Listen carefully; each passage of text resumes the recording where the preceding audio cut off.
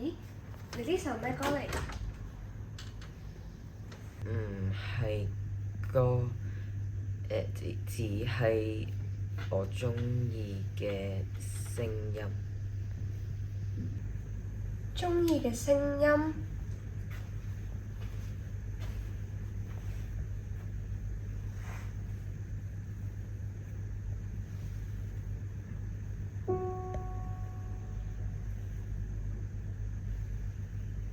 呢個音好少歌會彈到，但我好鍾意。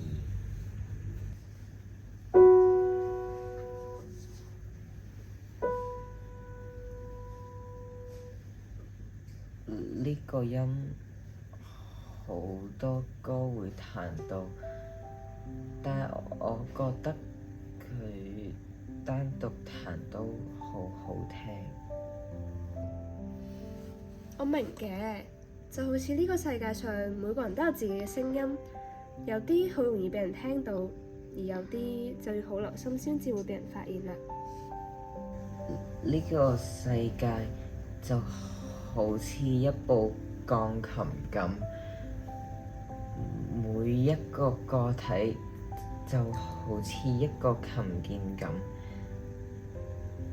有啲音成日被彈到，但係有啲音就靜靜咁喺角落。但如果少咗任何一個琴鍵，呢部鋼琴就唔再完整。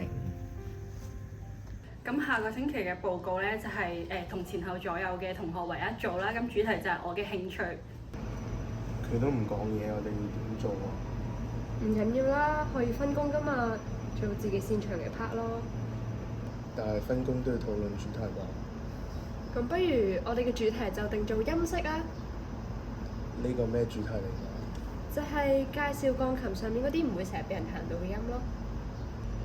浩宇啊，你可唔可以教我哋認識嗰啲音啊？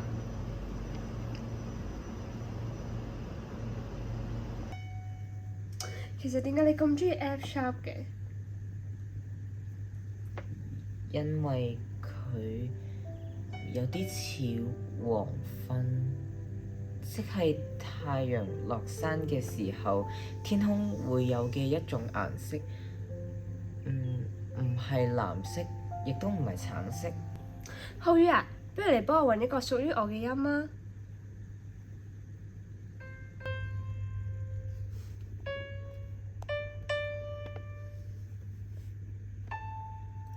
呢個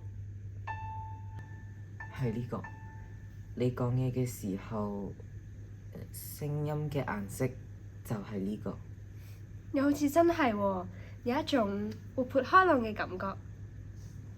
大家好，我哋今日要報告嘅主題係音色、聲音與顏色。鋼琴咧有88鍵嘅，但係大部分人咧都淨係會按中間嗰啲嘅啫。咁其他音咧，佢哋就唔好聽嘅咩？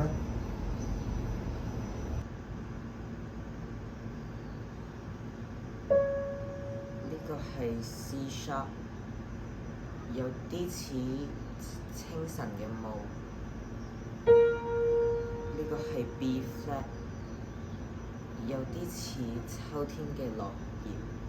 就好似我哋班咁樣，有啲人講嘢好大聲，有啲人講嘢好細聲。但係如果淨係得大聲嘅話，咁就太嘈啦。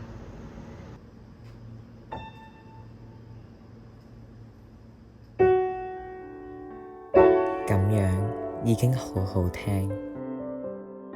社會需要多元嘅聲音，真正嘅共融唔係變得一樣，唔係包容弱勢，而係彼此需要。每一個個體嘅獨特聲音都好珍貴，值得被聽見。當我哋願意聆聽，世界會更加完整。